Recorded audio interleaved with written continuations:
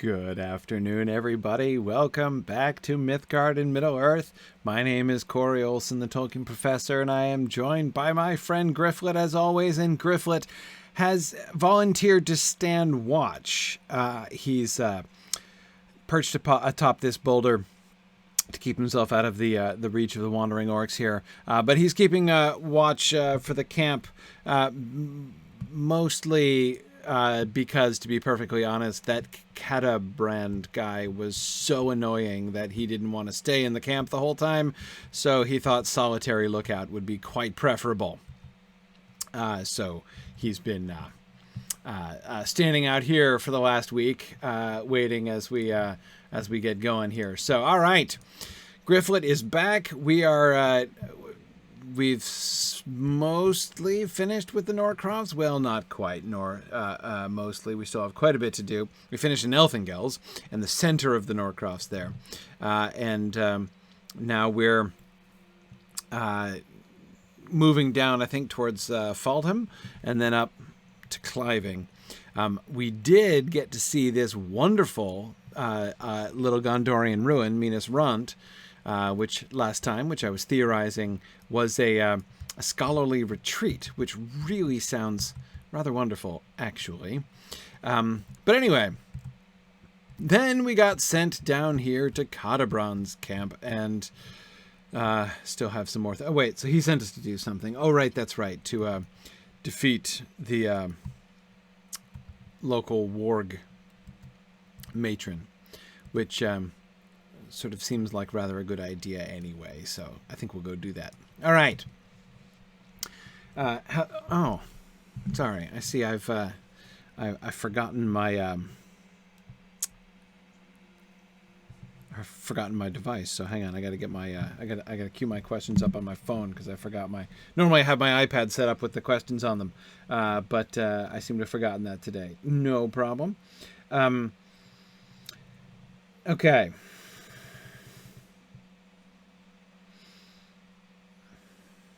Okay, so Darnulf, I'll answer your question first, because I think, Darnulf, you were just asking this earlier on here today.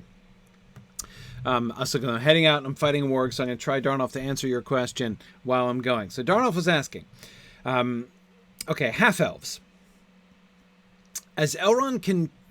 Half-elves as Elrond can choose the life they want, and apparently, as he was at the Battle of Dagorlad, he chose the elven life. What does this involve? Can they also lay down their immortality? Arwen did, if not mistaken. What's involved there? As a dwarf, I am interested maybe to ask an elf to lay down that immortality. It's unfair if he can come back all the time. Okay, great question. So this is actually a really kind of fraught question, actually, in that Tolkien himself had some kind of variations of ideas about the answer to this question, which makes it a tricky one, therefore, to give a really definitive answer to. So, first of all, when we talk about, like, the half-elves and how the half-elves work, there's a very attractive cave down there, huh? Well, let's do what we're sent to do first. There are very few of them, right? So, I mean, it's not like half-elves are, like a race, right? Like a character race or something in Tolkien's world, because they're really very rare. In fact, it's really pretty much Elrond and his family. Okay. So it is true that Elrond was given the choice, and given the choice, he did in fact choose immortality. He chose to be counted among the elves. This began with his father and mother, so with Eärendil and Elwing. So Eärendil and Elwing go to Valinor, of course, and they ask the Valar for pardon and to help out with the troubles that the elves and men of Middle-earth are having. That's a bit of an understatement. Troubles, but anyhow, that's what they do, and so they're given the choice by the Valar as to how they're going to be counted. Would they like to be counted among elves or men? And Eärendil chooses elves because Elwing chooses elves, and he wants to stay with his wife. We're told that his own inclination actually would have been to be counted among mortals, but he chose elves. Now, here's the thing: Elrond and Elros, his sons, are also given that choice, right? Where do they? Because they were already like born at the time, so their parents are given the choice. Elrond and Elros are given the choice to choose, and they choose separately. Elros chooses men, and Elrond chooses elves. So Elrond stays among the elves and becomes the person that we meet. So he lived not only does his life stretch back to the Battle of the Last Alliance, which seems to somewhat surprise Frodo when he gets, when he sort of learns about that in the Council of Elrond. But it stretches way back beyond that. I mean, he had already lived almost half his life by the time he got to that point. He lived throughout. He was around throughout the Second Age. He was born near the end, though in the First Age. But throughout the time when Numenor was around and the Rings of Power were being forged, Sauron, with Sauron's war with Celebrimbor, Elrond was already there. He was already around, and he was involved in all that stuff. So Elrond was immortal, was counted among the elves in that way. His brother Elros lived a long life, but died, of course, as the first king of Numenor. Okay. Now, that's all relatively, or comparatively, perhaps I should say, straightforward. Where it gets more complicated from the perspective of kind of Tolkien's own thoughts and plans is when we get to Elrond's kids, because again, at the time when the choice is originally given by the Valar, there are basically 4 half-elven in the world. Elrond's mom and dad, and Elrond and his brother, right? That's it. There's no more half-elven. Elrond, of course, does go on to marry Celebrian, the daughter of Galadriel and Celeborn. And am I headed the right way? Nope. He does go on to marry Celebrian, and they have several children, right? They have 3 children. Where's the queen? Is that an entrance? No, it's not an entrance. Huh. She's uphill? Which slope? All right, I'll go over there. Anyway, they have the 3 kids.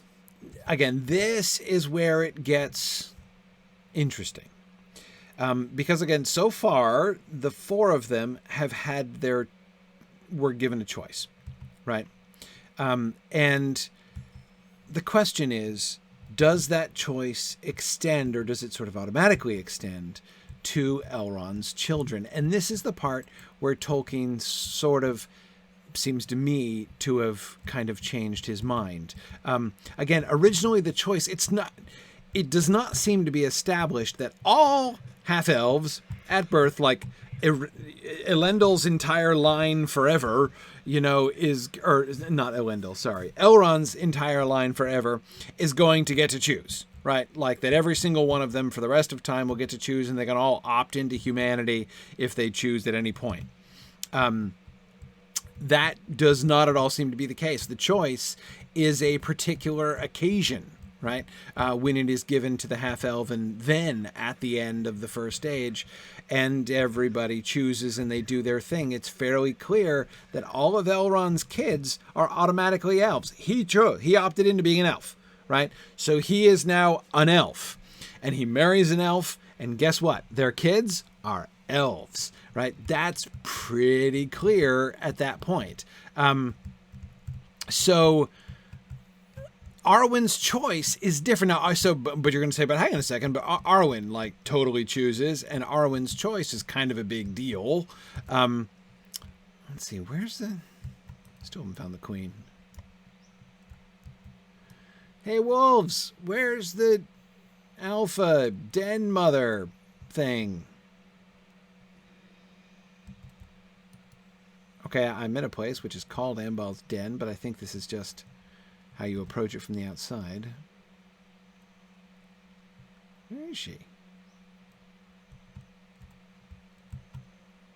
I'll try down here.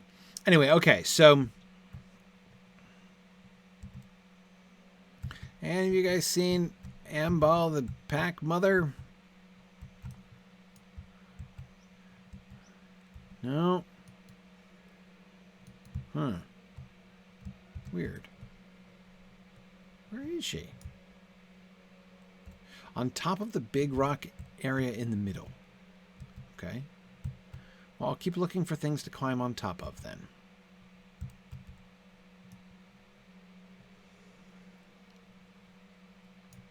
There? Yeah. Up there, huh?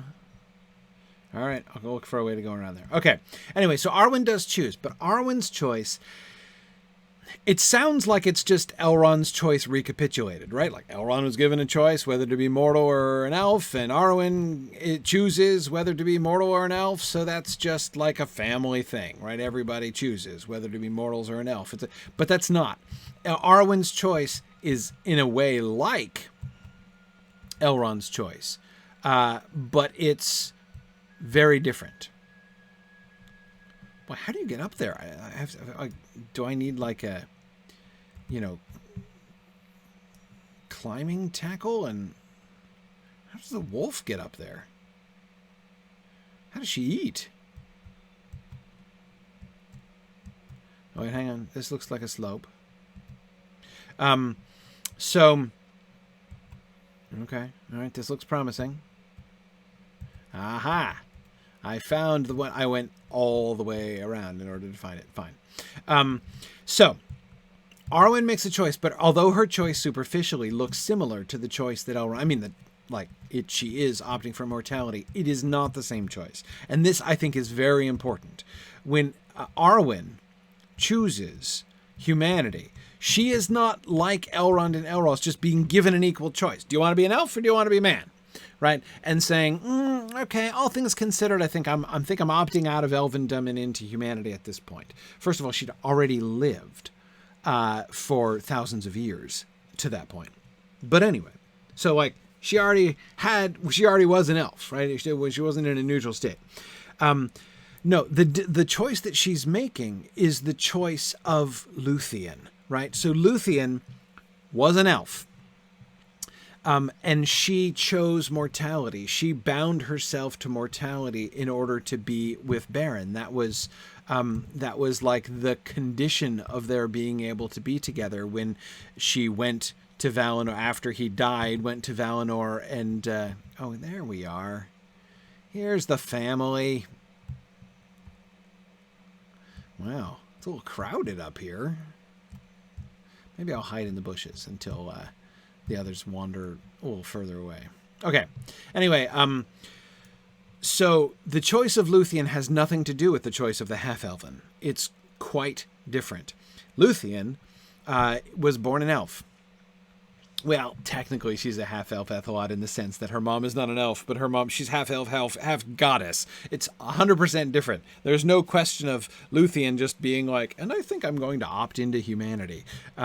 That's not what happens there. She sacrifices her immortality. She chooses to bind her fate to Beren's fate, her human lover, so that the two of them will both be mortal together, and that when it comes his time again to depart the circles of the world, she will go with him, and they will not be separated, because the fates of humans and the fate of elves is sundered until the end of the world.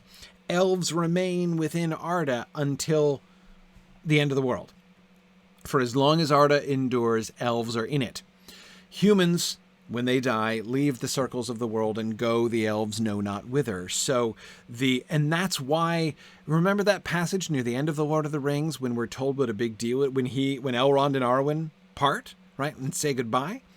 They're saying goodbye. They're parting there is more serious than any parting, like as serious as any parting can be, way more than any other elf father-daughter combination ever. Like if as an elf, if you just die, like if you're killed, if somebody comes up and stabs an elf to death, he's not going to be parted from his family for that long, right? Maybe a few thousand years or whatever, but what's that to an elf, right? Eventually they're going to be together again, one way or another. They all are bound to Arda as long as Arda endures. But until the end of the world, elves and men, once men leave, the elves and men will not ever meet again until after the end of Arda, right? So you're talking about a practically indefinite separation. Anyway, so that's a big deal. That's a big deal. And exactly, darn if elves can even return to Middle-earth, though there's only the one precedent for that, which is, of course, Glorfindel. But they can certainly return into circulation in Valinor and they can hang out again. So again, for an elf to die, again, to have their body killed, it's not as big a deal. It's not as permanent a separation from other elves. But when a human dies, that human... Anyway, so Beren and Luthien chooses... she is given the power to choose by Mandos. It's a special arrangement. It's not a thing that automatically happens if an elf and a human connect, right? If they get married or something, it doesn't mean that like the elf automatically has the right to opt into humanity. It was a special grace that was given to Luthien by Mandos. Arwen is also given that grace. She and Aragorn recapitulate the relationship of Beren and Luthien, and the choice that she makes, as she says explicitly, as Arwen says explicitly, hers is the choice of Luthien. She is doing what Luthien did. She is all that stuff. So therefore, hang on, let me just do a little sneaking here. Okay, boom. All right.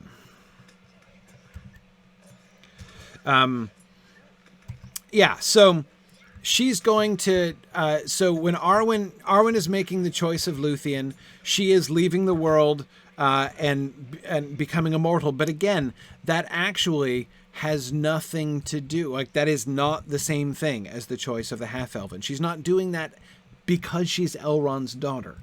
She's doing that because she is an elf, the heir of Luthien, who is binding herself to a mortal fate, similarly to Luthien, though in a different context and in some ways for a different reason. Not really for a different reason. I mean, it's still about a boy, but as like in sacrificing her immortality to bind herself to Aragorn, she is explicitly like, it's like it's part of the Return of the King gig, right?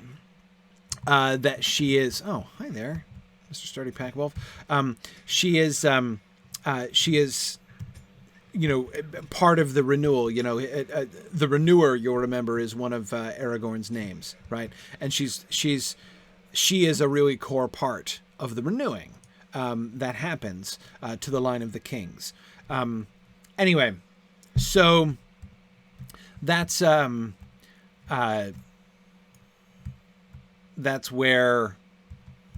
choice that Arwen makes. And so again, the thing that I really insist upon is that the choice of Arwen cannot really be compared in any kind of a simple way to the choice of Elrond and the choice of the half-elven.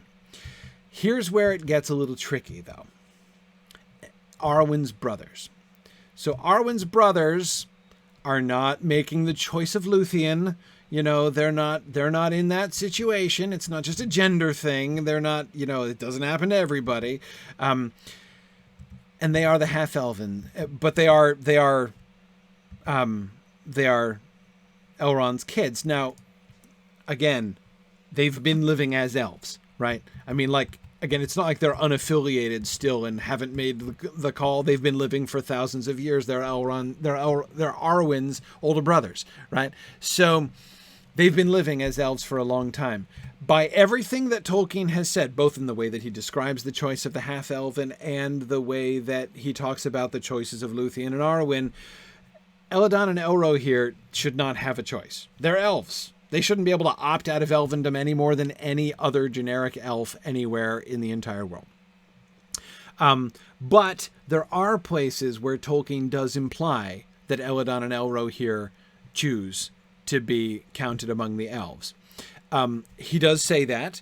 I don't think that makes a lick of sense. It's, you know, he doesn't talk about it a lot. It's in some of the later stuff, but anyway, it's there. So, you know, like, but again, to me, it doesn't make any sense. So, like, what about if Elladan and Elro here have kids? Will their kids be able to make choice, and their kids be able to make the choice? So we just have this whole like extend, and then like all of their kids and all of their kids' kids. So like five elvish generations down the road, we're going to have like still just this random large extended family of elves who can, if they choose to, arbitrarily opt into humanity. I mean, it's just, to me, that's a terrible violation of the entire myth, both of the choices, right? Both the choice of Luthien and Arwen and the choice of the half-elven, the choice that is presented to Eärendil and Elwing, first and foremost, and then to their sons, Elrond and Elros. Those are like really powerful mythic moments in Tolkien's world. And if it just becomes a random family trait, to me, that mythic sense is completely lost, and it's totally, it's totally underwhelming. So, I myself totally ignore those passages. Like, that is not part of my canon at all, because again, to me, it doesn't make any sense, and it contradicts things that Tolkien says elsewhere. So it's all good. Yeah. So anyway, hey, Darnolf, don't worry about bringing up the tricky topic. That's awesome. It's fun to talk about. So anyway, so there we go. The choice of the half-elven, explained in probably more detail than you wanted. Okay. Oh, good. Yeah. When I deliver this to my charitable associates, I shall proudly exclaim how the Terror Emball was bravely bested by Gryfflet Catabrand's apprentice. Oh, I am so honored to have received that title. Okay, perhaps you're curious as to why I'm encamped here and not hunting orcs near Cliving. Allow me to explain, my dear apprentice. You see, I am on a mission from Reeve Athelward himself. He has placed a rather large bounty on the head of an Uruk named Zursnaga. And I plan to collect it. Zursnaga and his company unwittingly attacked the gates of Cliving. Unwittingly? They accidentally attacked the gates in an attempt to infiltrate the city. Our riders destroyed the attacking force and sent Zursnaga fleeing south. Athelward was outraged by this attack and has demanded the Uruk be slain at any cost. I have reason to believe that Zursnaga has been hiding in a cave to the southwest beyond the Wolf Warrens. I think I saw that cave. If you have proven yourself rather skilled. Okay. You're not opposed to letting me handle the Uruk? Sure. That sounds great. Oh, wait, I have that other quest to hang in. Wolf pelts. Yeah. Okay. All right, Catabrand. I think we can... Yep. All right. That's what I thought. I think that was the cave I saw. So I'll just head back there. Okay. Yeah, so, Ethela, Dior's other two children. Yeah, I mean, it's interesting that the whole half-elven thing doesn't seem to come to a head until we get to Eärendil and Elwing, right? But you're right. There's, at least on Luthien's side, there's, that is as opposed to, because there are two connections, right, between the elves and mortals in the elder days, the ones that like matter and stuff, and that's Tuor and Idril in Gondolin and Beren and Luthien. And Elwing is descended from Luthien directly. Eärendil is the son of Idril and Tuor, so he is the first half-elven on that side. So, yeah, as you know, Ethelwald, we've got the half elves covered over there. But the tricky thing is that there's a generation in between, right? Elwing is not the daughter of Luthien. Elwing is the granddaughter of Luthien. So there are 3 other people who fit into the category by the time Eärendil and Elwing make their choice. That is Dior, her father, the daughter of Beren and Luthien, or the son of Beren and Luthien, rather. And Dior had 2 other kids as well. Elwing had 2 siblings. So on the one hand, you can say, oh, sorry, hang on, I got to choose my thing. What am I doing here? Block and parry. It's probably a good plan. Or do I want to... Oh, yeah, no, the power thing. Yeah, the power regen. That's totally what I want. Okay. So, on the one hand, all of those other members of the half-elf pool are dead by the time that Elwing and Eärendil make their choice, right? So, there's no conflict in that sense. You could say, right? There's not like, they don't have to like hunt down the rest of Elwing's relatives and extend the choice to them as well. Again, at the time when the choice is made, the choice of the half-elven is made, is given to Eärendil and to Elwing. The choice is extended to the only 4 extant half-elves in the world, as I described. Ooh, this is rather lovely.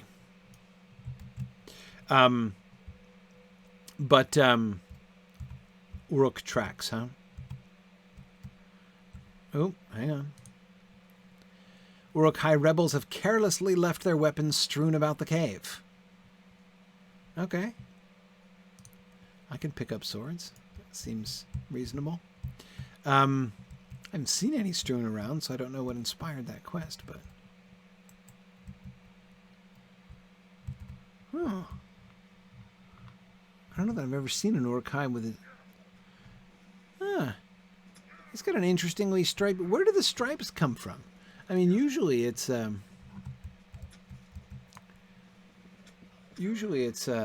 paint. Did he paint his head that way? And his, like, triceps? Maybe he did. It's possible. Can't rule it out. Okay, anyway. It does look like the Witch King's crown, doesn't it, Phil? I mean, it's a very striking piece of body paint, if that's what it is. Maybe it's a natural marking. I don't really know. Okay. Anyway. Choice of the half-elven. Dior, right? Okay, so, but the problem, or if there is a problem, the problem in so much as it is a problem, is that now Dior's 2 sons, Elwing's brothers, they die young. So, like, what their whole, like, situation was, like, genetically speaking, as far as their fates are concerned, is not really clear. Dior, however, Dior and the lot of them seem to be, like, basically my question is, oh, I walked past a couple swords already, did I, Phil? Okay, well, if I still need more, I'll find them on the way out, I guess. It's, everything is so sparkly. I missed them. So yeah. Will I get swords from killing them? No, I don't. Okay, fine. Gryfflet is a Pacific quester. He's not as opposed to an Atlantic quester. It just means he prefers peace. Hey there, Zor Snaga.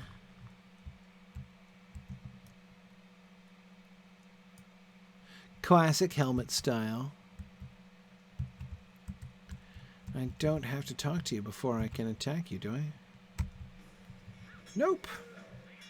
Excellent. Okay, so again, the question becomes, what happens? Oh wait.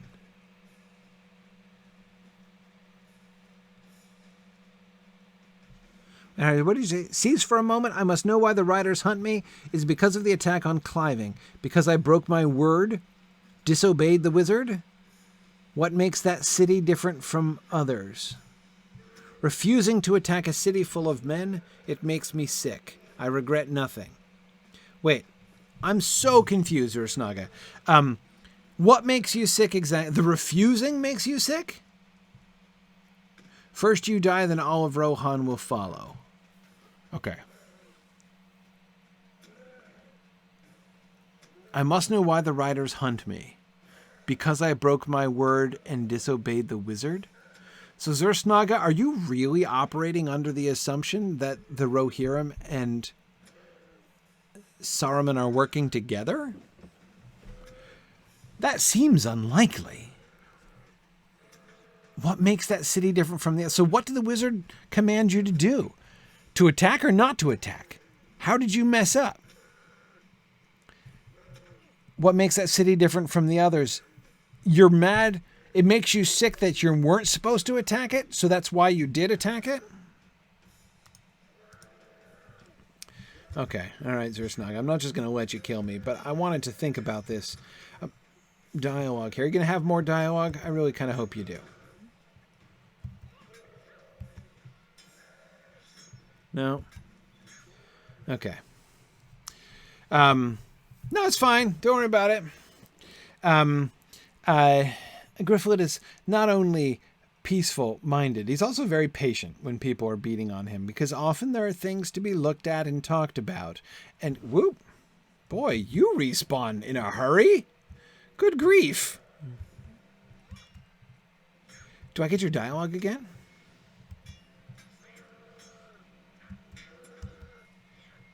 Yikes. Okay. Boy, I didn't even, like, fully heal. Okay, wait. Yeah. It sounds like you're suggesting that refusing to attack makes you sick, and so you don't regret attacking it. And then you pledge death first to me and then to all of Rohan. So that does suggest you are dedicated to the universal attacking of all Rohirric cities. Ursnaga, I take that to be your,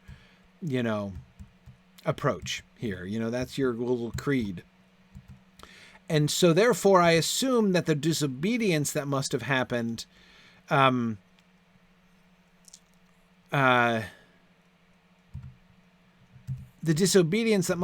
he must have told you not to attack the city.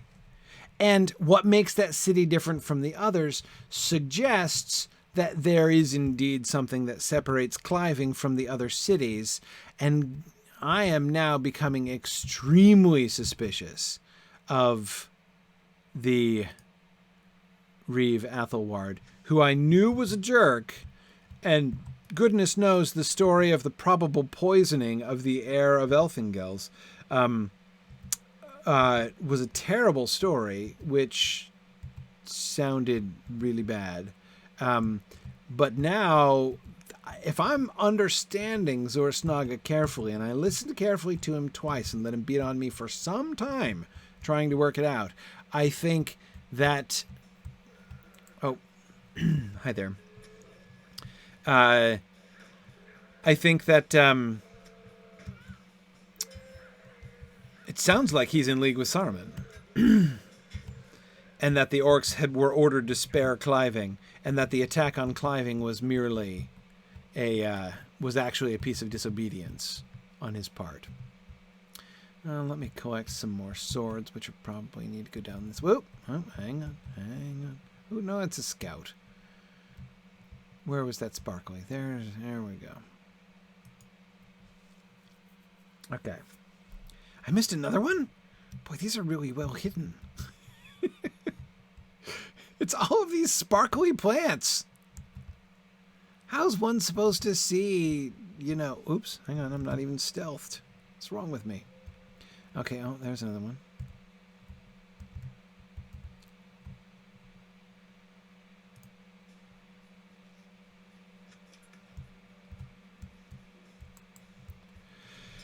Okay.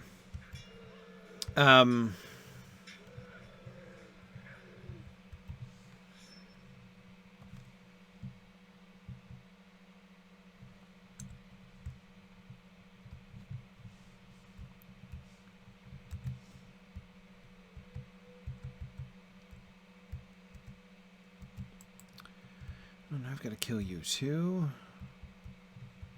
Okay. So that is a very interesting turn of events. And very different from, for instance, what we saw at Stangard, right? There we had an agent of Wormtongue who was sent out to Stangard, clearly, Sithric, right? Clearly in order to undermine it. And we had, Stanric, who was the, the stalwart, faithful guy. But okay, let me just go back. I think this was the way out, or the way I came in, rather. Oh,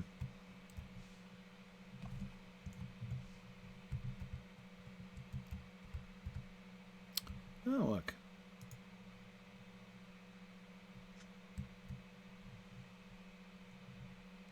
So yeah, like I said, that was an agent of Wormtongue who was sent with orders from the king, right? So again, with Wormtongue abusing his power and everything, in order to from outside, as it were, that is from outside the traditional pattern, right? He was that was Wormtongue.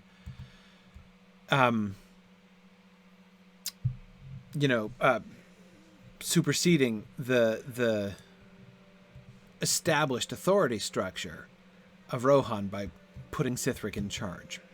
I've already forgotten the name. What's the name of that town? The one that burns down at the beginning? The first town that we came to in Rohan? I'm forgetting already. What was it called? Begin with an L? Why am I forgetting? Langhold. Yes, thank you, Ethelod. So, yeah, in Langhold, we also saw a similar thing, right? Where the rebel, the dude who'd been banished, who is being strengthened by his alliance, right? So once again, we have an external force, essentially less external than Sithric, of course, but once again, we have the established structure. This is the first example we've seen. I mean, Harding was a jerk too, but he was a different flavor of jerk. And he certainly seemed to be loyal to Theoden over cautious, pessimistic, depressing, paranoid, but he was still faithful to his charge. Whereas, if this is right, then the Reeve Athelward is himself in alliance, direct alliance with Saruman. I mean, that's a big deal. It's a very big deal.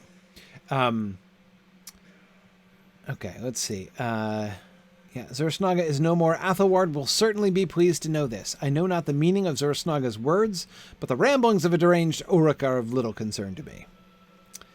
Okay. Yeah, maybe one day I'll be as skilled as yourself. Who knows? Okay, what do Zursnaga... those pants, I can't really see them. How about the helm of the arrogant hunter? Oh, that looks good too. Yeah. Excellent. It's an attractive helmet underneath my hood. How about this ring? Ooh, nice little vitality boost and in-combat power regen. Maximum morale. I like it. The Rohirrim are grateful for your aid. Your deeds have truly impressed me. I intend to remain here a while longer as I have some business with the merchants to the north. Okay, I should be heading towards the capital. Have you forgotten the bounty we discussed? One of Athelward's men should be able to see to your payment. Is this going to be like a Rosencrantz and Guildenstern situation? Travel north along the road into Cliving and seek out Frithhelm. Mention that you have assisted the one and only Catabrand with and Athelward's Uruk troubles, and he will see to your share of the reward. Okay. To Cliving we go. Now, let me just remind myself here. So, Norcroft's, okay. All right, that one, and my Volume 3 Epic quest was also vector to Cliving. So Cliving is where we go. Poor Mildreth and Elthingels. Boy, if she knew what I was suspecting. Okay.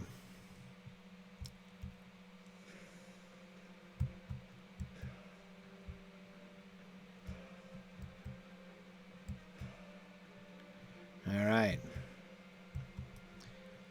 Northward we head then. Hang on a second. Let me, I probably shouldn't try to answer anything too involved, but let me see.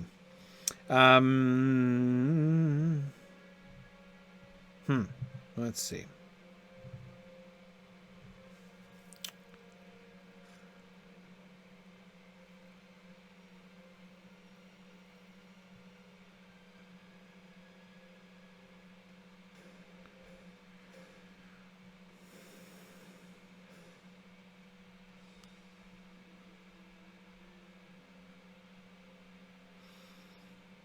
Okay. I will answer this as another very old question. From... Whoa. Hi, look at that. It's the warband I don't want anything to do with. Skootog. Yeah, what's...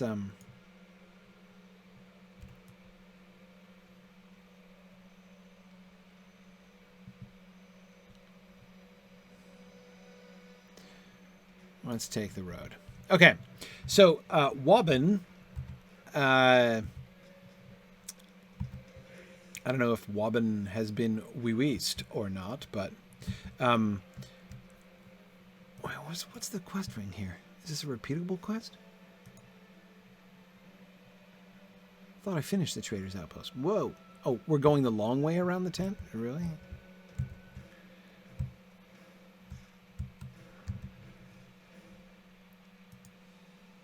Our success depends Yeah, upon it our is. strength. Okay, fine. Will you aid us? Oh, wait. But have I done that one? Even once? The Rohirrim have need of I your haven't done a services. Warband's quest. Defeat a warband. Okay. I'll take it. I'm not going to defeat that one, though. I'm not going to solo Skootog, but...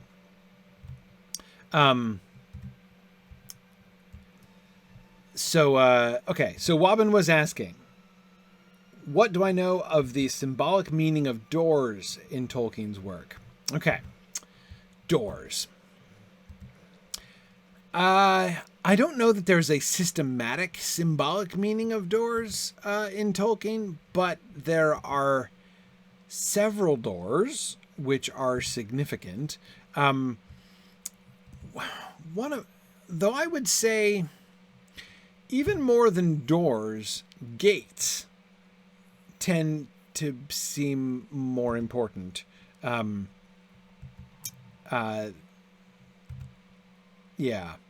A lot of gates, important gates in Tolkien's world. And I don't just mean, gates with sort of practical import, like the gates of Minas Tirith or something like that. But I'm thinking especially of things like, oh man, fine.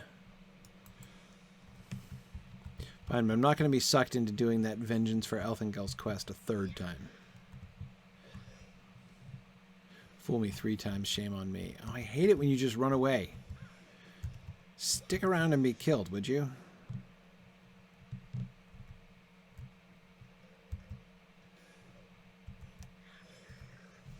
Thank you. Yeah.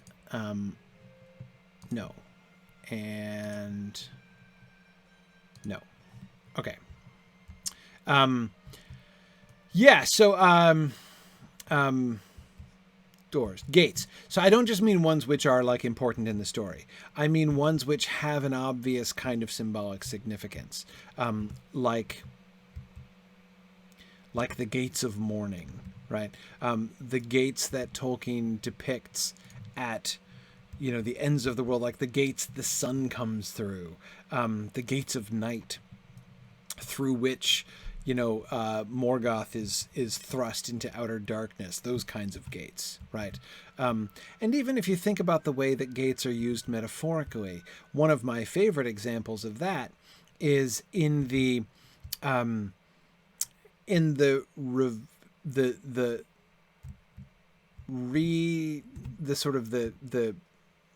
reboot of the Far Over the Misty Mountains Cold song that the dwarves sing to cheer up Thorin in his hall after the death of Smaug, when he's kind of upset because he can't find the Arkenstone.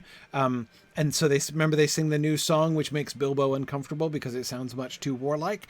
But the lines near the end of the verse that they sing, for at the gates the king awaits, his hands are rich with gems and gold.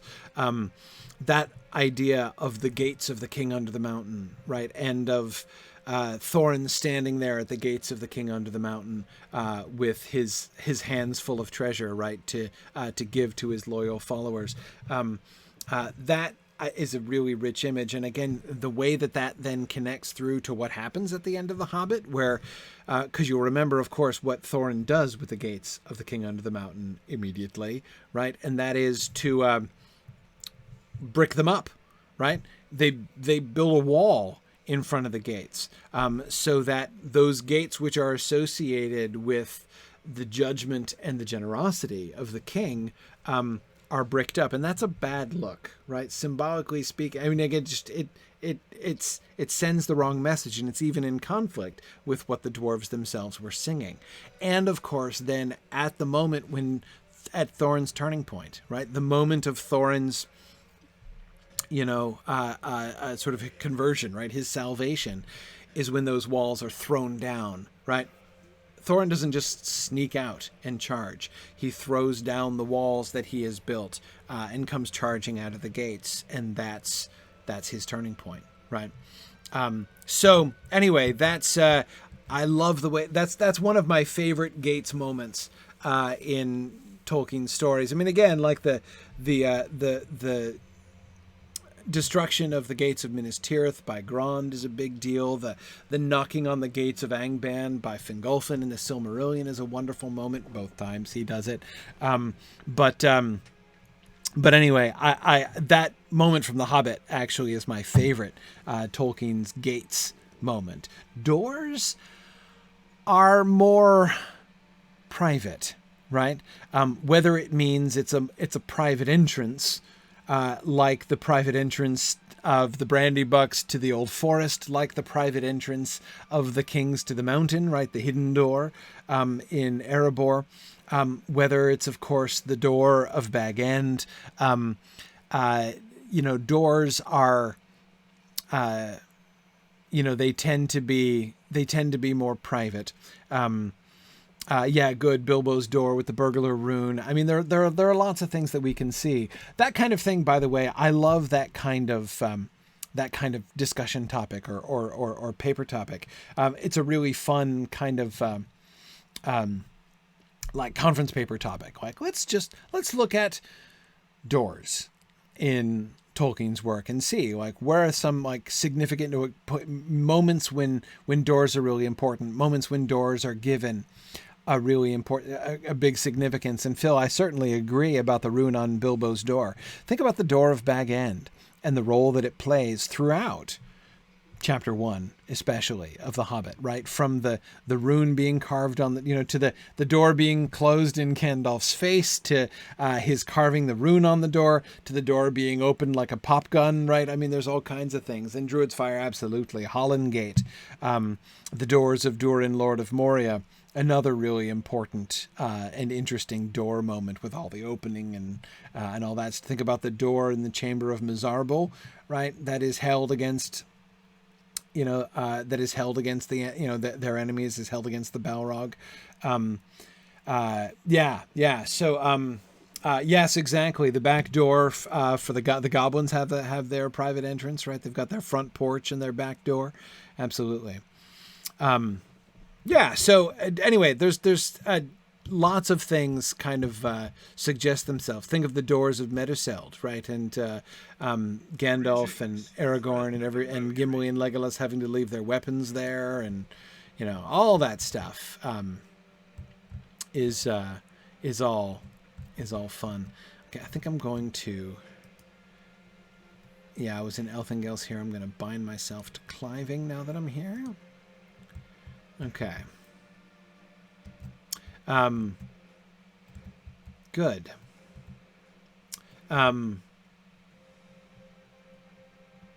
Interesting, Paladhul. The sun comes in through the gate of morning, but leaves through the door of night, at least in the Book of Lost Tales. So this implies daytime as a public ethos and night as a time of solitude and inwardness. Yeah, possibly.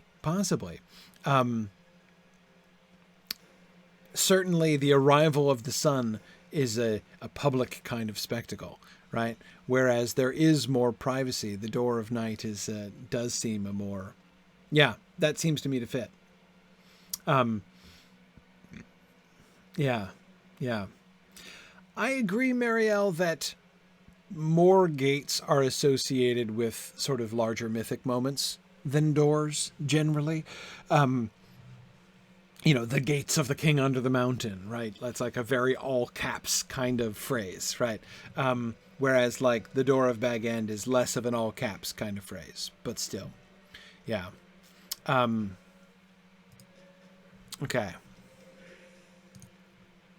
What brings you to these lands?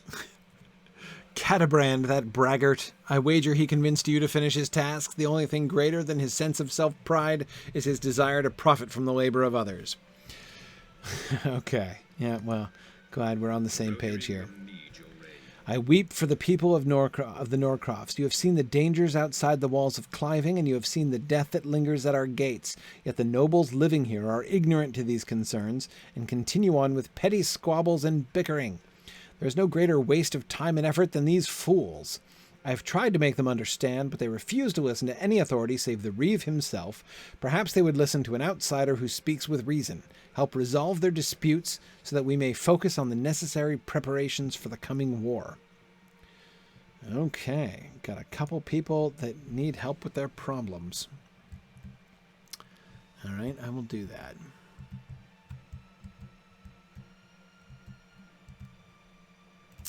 I didn't get any more information about the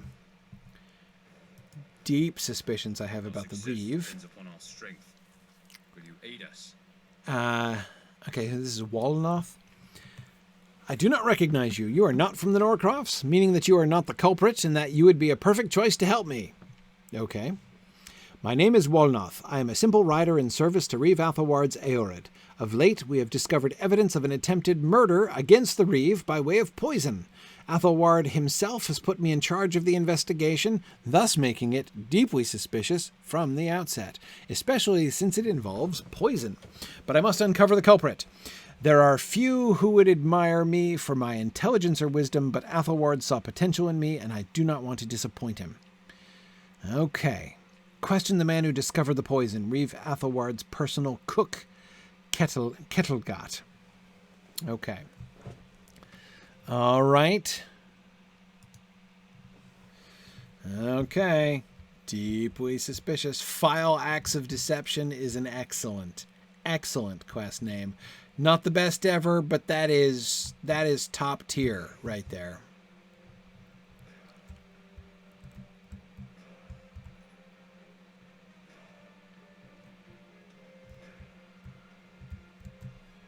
Okay. Where's this? Oh, it's Ordwalker. All right, Ordwalker.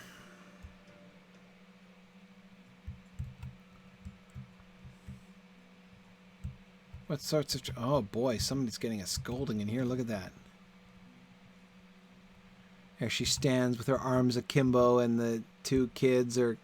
Man, they are in trouble. And this one is kind of hiding behind you, but she's looking a little smug.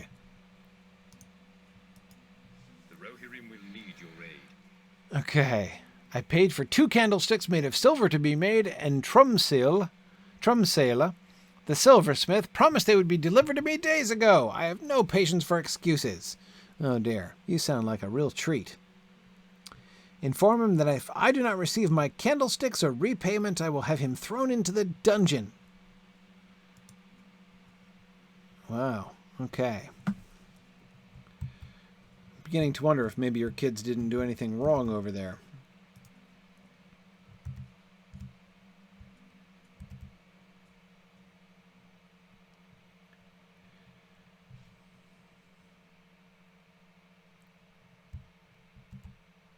Yeah, Mariel, I suspect that the one who is standing with him is clearly the one who did whatever it was. Okay. Who's this? Oh, it's the kitchen. Let's talk to the cook about this poisoning. All right, Kettlegot. Tell me what happened. Oh, no, you're not Kettlegot. The dude standing in my line of sight behind you. Are you sneaking? Lass, you're hiding behind the crates? You need to hunch down a little bit more. I think he can see you from there. Hiding behind vegetables. You look confused, Kettlegot.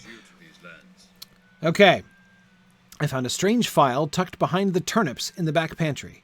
Upon further examination, we discovered that the liquid inside the file was highly poisonous. We believe that someone intended to secretly poison Reeve Athelward's food. Thankfully, none that have eaten my cooking have reported illness. Oh, so you think? Oh, so you're just assuming it's a murder attempt on your Reeve, not a murder attempt by your Reeve. Okay, let's. A strange odorless liquid. Okay, it's not. Oh dear. Whew. Indescribable odors. Oh well. The end, apparently. Hey, hang on. Get up, Gryfflet. Okay. All right, so vile poison in the file. Can I go back to Elfingels and ask about the symptoms of the old Reeve's son? Okay. I want to do all this before I talk to Reeve Athelward, because I am reluctant to talk to him. Let's see. All right, Walnut.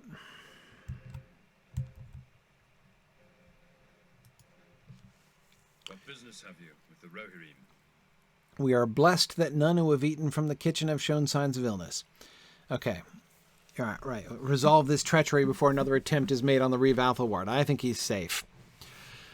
Who would want to cause harm to such a noble ruler? Oh boy. I see we're starting from opposite ends here, Walnut. I do not know what to make of this poison. I am no expert on such things, but I have never seen another like it. Fortunately, a wise man of potions and medicine, Malbeort, resides here in Cliving, who may be able to aid us. Seek out Malbeort and ask his counsel on the matter. Okay. I will do that. Meanwhile, I might as well, do my errands around the town here while I'm here. Let's see. Yeah, I got a bunch of things off this way. I've got it. Oh, wait, hang on a second. I can just cross through the field because I got somebody right here. Oh, it's Tromsala. It's the silversmith. Hey, man. Oh, look, it's the crafting area. How nice. How's it going, man? Our hope lies in strength, but the servants of the enemy are everywhere. You can't make them without the proper molding. Okay. I was expecting a set of moldings sent from Edoras, but have received no shipments for many days. Speak to the quartermaster and see if he knows when my shipment of moldings from Edoras might arrive. I'm glad I am undertaking all of these crucial activities. Okay. All right, who's over there? Got the butcher. And I was just talking to the candlestick maker, so that's fine. Whose house is this? Oh, it's Malbeort's house. Great.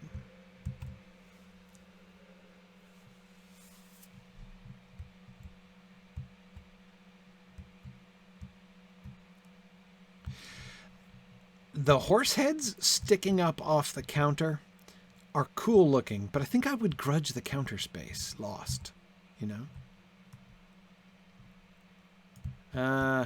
Hey, Malbeort. What's going on, man?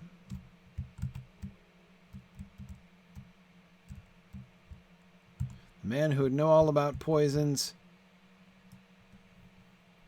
Wait, he's... Whoa! Dude! Somebody offed Malbeort. Oh, wait, there's a murder weapon.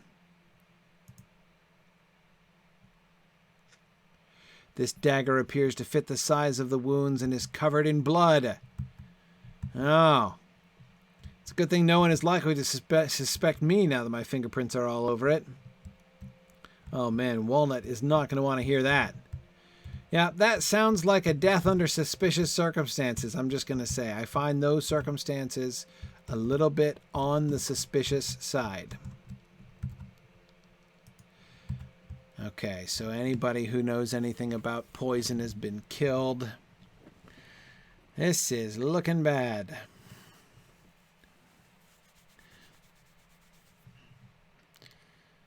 So you guys are suggesting, Lilireth, are you suggesting that rather than the vessel with the pestle, it was the chalice from the palace that was likely to be poisoned? That seems possible. Right? Oh, hang on. Who's this? Oh, it's the other dude I'm supposed to be helping. Right? I think so. Yeah. Okay, your name is Isenid.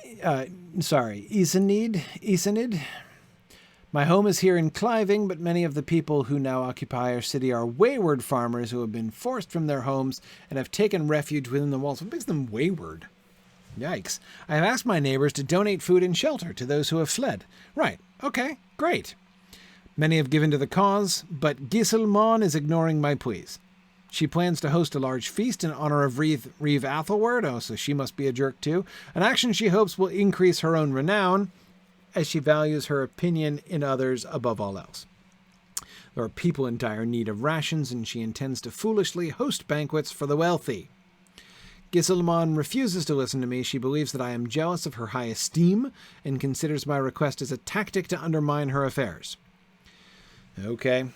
Suggest that nobles would view a banquet to be distasteful and that a charitable donation would be viewed more favorably among her peers. Okay, so don't try to impact her motivations. Just manipulate them. Got it. No problem. Can do. All right, let me get back on my city horse.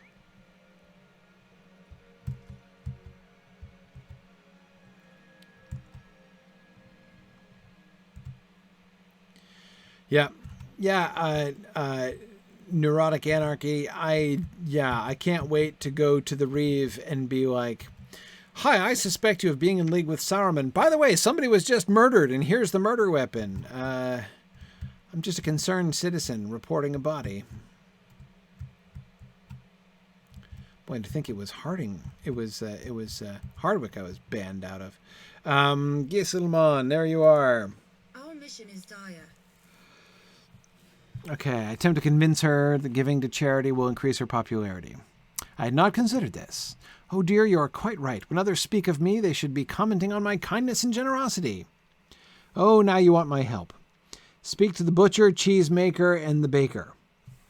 Ask them to give much of the food intended to Isenid's collection instead. Okay. All right. Making progress. Not exactly appealing to her better nature, but... Okay. All right. Nothing over this way. Oh, it's the defenders that are in red over there. All right. Let's head back up to where the butcher, the baker, and the candlestick maker are.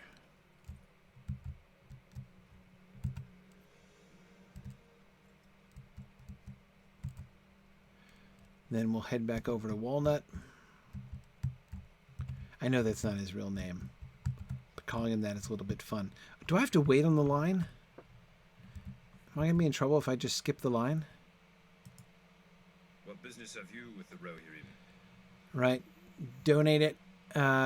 You'll set aside a nice lot of fresh meat to be collected for that poor lot of farmers. Great. Okay, and Baker. Quite noble of her. Oh, isn't it, though?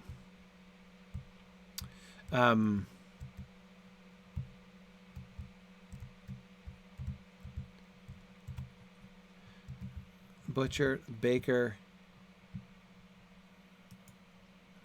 What business have you with the Rohirrim? And the blessed cheesemaker.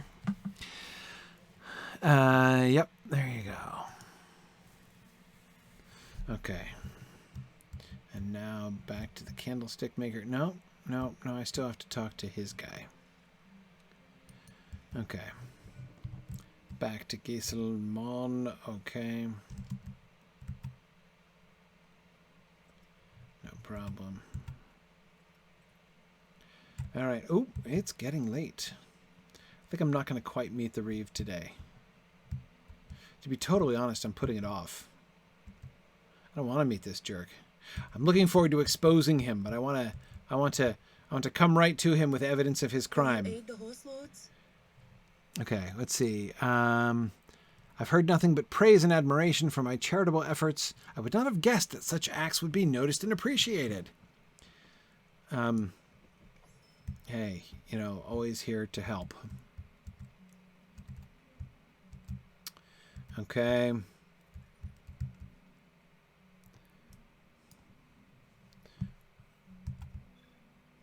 I'll go find the quartermaster. All right. Let's see. So, Marielle, you had a follow-up question, I think, as I recall.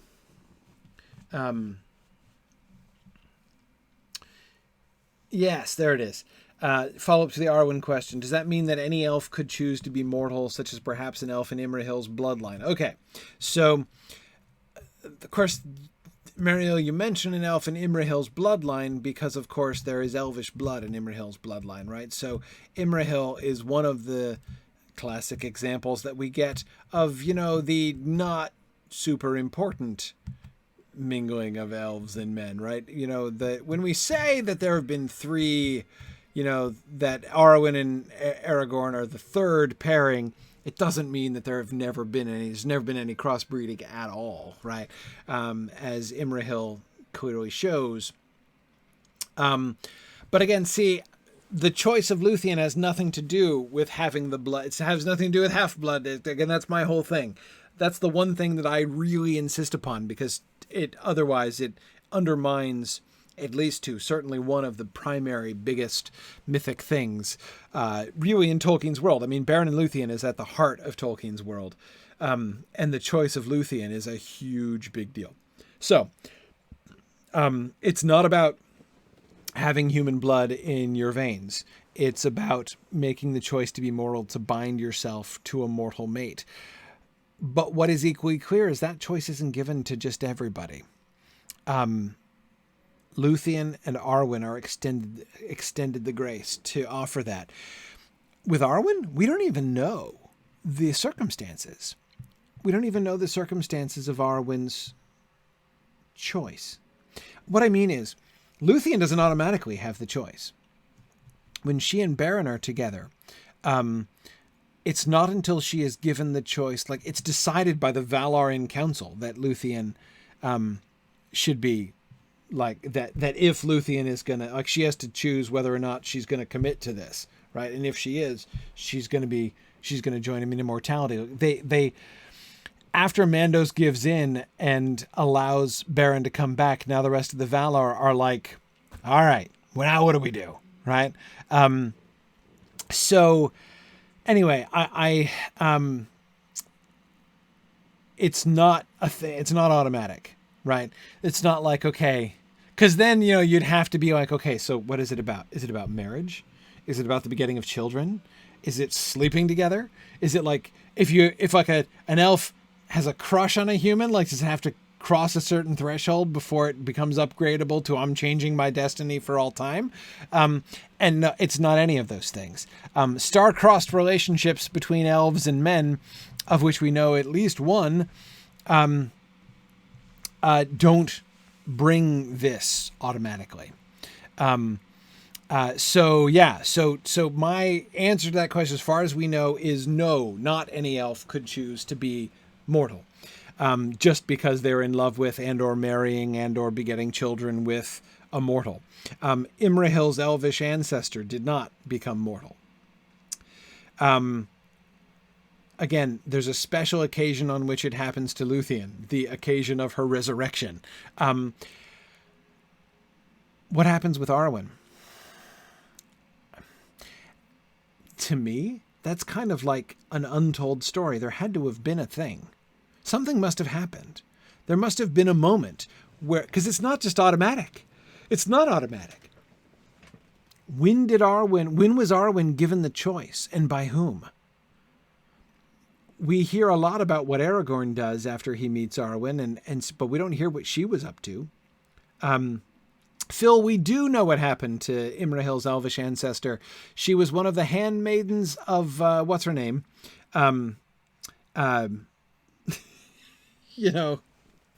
Blanking.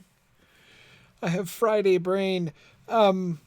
Which, okay, to be perfectly honest, is not that different from my normal brain. Nimrodel, thank you. Yes, that's the word I was looking for. Yes, one of the handmaidens of Nimrodel, who kind of took up with one of Imrahil's ancestors for a while when the people of Nimrodel were down in that part of Gondor.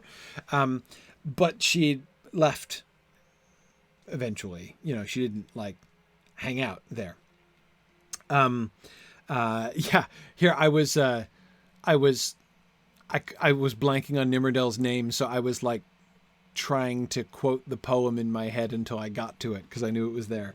And cursed the faithless ship that bore him far from Nimrodel was the line I was trying to get to so that I would remember her name. Anyway, yeah. So we're not given a detailed story. We're not given a full narrative, but in Unfinished Tales, you can I think it's in the Galadriel and Celeborn section of Unfinished Tales. There's a brief reference to what happened there. Exactly. Imrazor and Mithralas. That's the one, Ethelad. Candle moldings? Are you mad? Are you not aware of the orcs assaulting men along the road? Yeah. Unless you manage to convince every orc from here to Edoras to leave us be, I would not expect your moldings to arrive hastily. Yeah, so I was supposed to be convincing people to start taking their lives a little more seriously, but I seem to just be drawn into furthering people's frivolous ends, which is just kind of not the original plan. No moldings? Terrible news! Okay. Okay. All right. Now I got to go back to the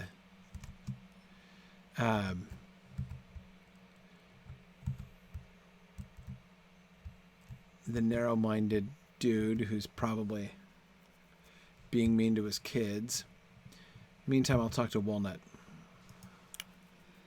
Will you aid the horse lords? Okay. Yeah. The bad news.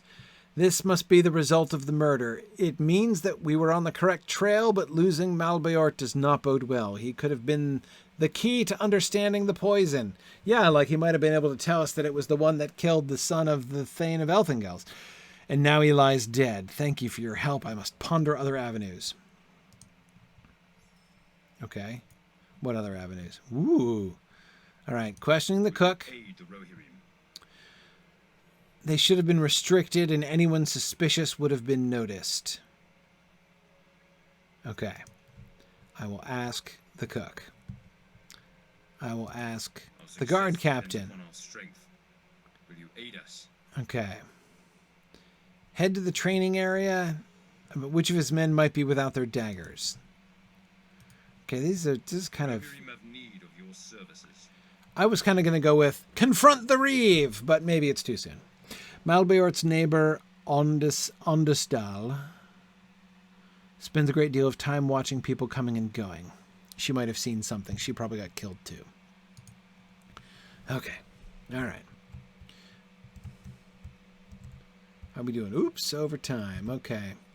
I'll head back to Mr. Frivolous, and then I will sign off for this week, and we will return to the mystery at Cliving next week. No, not next week. No candlesticks and no repayment. Unacceptable. A discount? If this is not a trick, it changes matters entirely. Okay. I shall visit him later to negotiate. Oh boy, God, we've all learned something important here, I think. Oi. Help resolved his concerns and once again done no long-term good. Yeah, Phil, I remember the irrevocable choice. And I wasn't sure if when I did this quest before, did another alt who did through but I think I must have done something wrong because I never got to the resolution of it. So I will rely on you guys to help me make sure that I get to the end of this quest line, because I want to take down Reeve Athelward, who I'm convinced is guilty, before I've examined any of the evidence, or all of the evidence, which is probably not a good plan. All right, but I should go. I am exceeding my time, and I should run.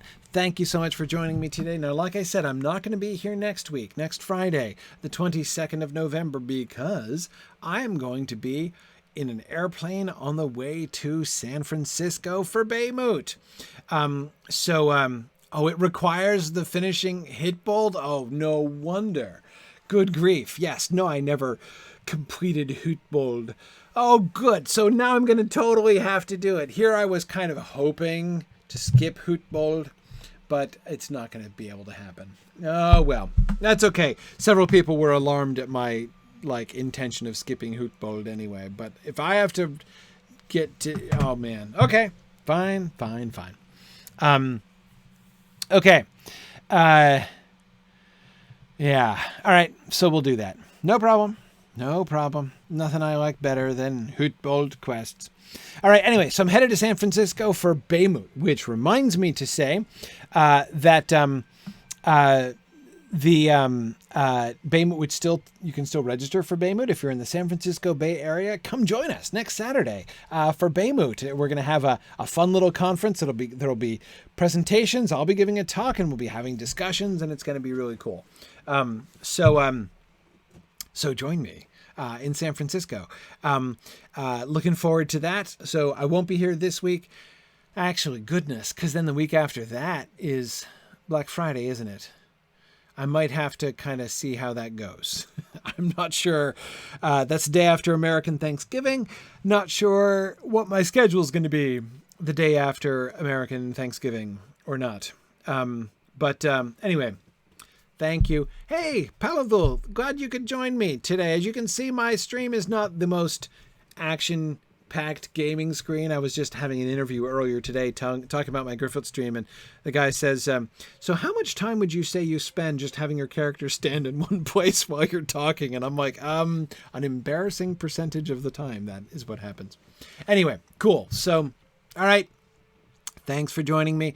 I will be back in 2 or 3 weeks, depending on how family engagements go, a fortnight from now.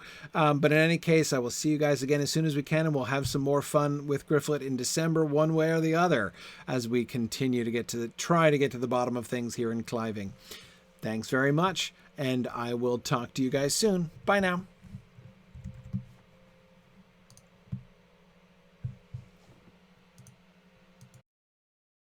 Thanks for joining in on my rambles around Standing Stone's brilliant digital adaptation of Tolkien's world. If you enjoy these adventures, please consider supporting this and other entertaining educational programming by donating at signumuniversity.org/fund.